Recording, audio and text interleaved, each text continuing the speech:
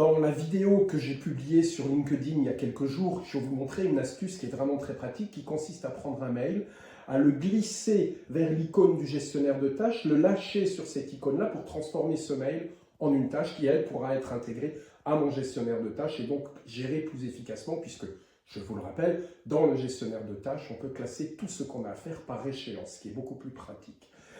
Cette astuce présente néanmoins un handicap, un inconvénient assez important, c'est que quand le mail en question ne contient une pièce jointe, eh bien le glisser-lâcher n'emmène pas la pièce jointe, ce qui est embêtant. Alors aujourd'hui, je vais vous montrer l'astuce qui va vous permettre de prendre le mail avec sa pièce jointe, de manière à ce que dans votre gestionnaire de tâches, vous retrouviez vraiment l'intégralité des éléments dont vous avez besoin pour faire le travail en question. Je vous montre ça tout de suite, regardez.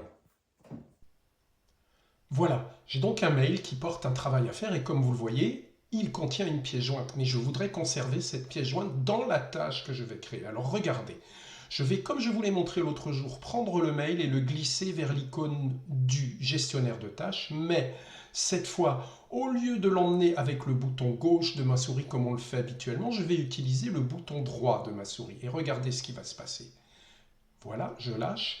Et ici apparaît un petit menu contextuel qui va me permettre de choisir déplacer comme tâche avec pièce jointe. Quand je fais ça, qu'est-ce qui se passe? Eh bien, j'ai bien une tâche qui apparaît avec pour objet l'objet du mail et dans la tâche elle-même, je vais retrouver quoi? Je vais retrouver le mail qui est une pièce jointe. Quand je double-clique sur le mail, je retrouve le mail dans son intégralité avec la pièce jointe. Ici, il ne me reste plus qu'à choisir une échéance et à enregistrer et à fermer. Voilà, hop, c'est fait. Et vous voyez qu'en parallèle, j'ai fait disparaître le mail de ma boîte de réception. Donc j'ai fait deux choses d'un seul coup. D'une part, j'ai créé une tâche que j'ai intégrée à mon système d'organisation, à mon gestionnaire de tâches.